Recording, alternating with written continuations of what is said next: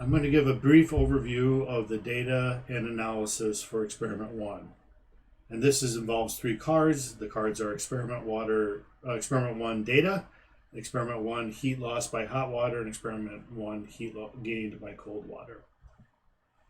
So if we want to remind ourselves what the heat loss or gain is, well, we give heat the letter Q, so we have the change in heat of anything is going to be equal to the mass of that thing times this heat capacity value times the change in temperature of that. So for example, the change in heat of the cold water will be equal to the mass of the cold water times the heat capacity times the change in temperature of the cold water. And similarly, the change in heat of the hot water will be equal to m of the hot water, C delta T of the hot water.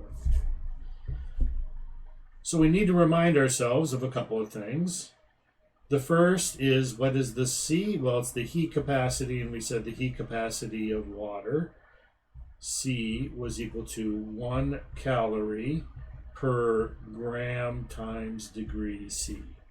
So that for each gram of the material, for each degree C that the temperature increases, the object will gain, water will gain 1 calorie of water. 2, we remind ourselves of the definition of delta T. So delta T means final minus initial. So it's the final temperature minus the initial temperature of the thing. So for example, for the cold water, delta T of cold water will be the final temperature you measure of the mixture minus the initial temperature of the cold water. And similarly, for the hot water, the delta T of the hot water will be equal to the final temperature of the mixture minus the initial temperature of the hot water. The third thing is the mass.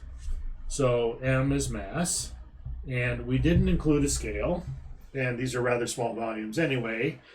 And so to get to the mass, we're having you actually do a volume measurement, and then we can use the density of water to be able to determine what the mass is of the fluid. So if you want to calculate mass, it's equal to density, which in physics we use the Greek letter rho. And density is in units, in our case, of grams per milliliter. So mass is density times volume, and our volume is going to be in milliliters. So you're measuring a certain number of milliliters, and what you need to do is multiply it by the density of water. And the density of water is 1 gram per milliliter times whatever volume of water you measured out. So that will let you calculate mass. You're going to measure the final temperatures of the mixtures and the initial temperatures of the 2 liquids, and that will let you calculate the various quantities we want you to do.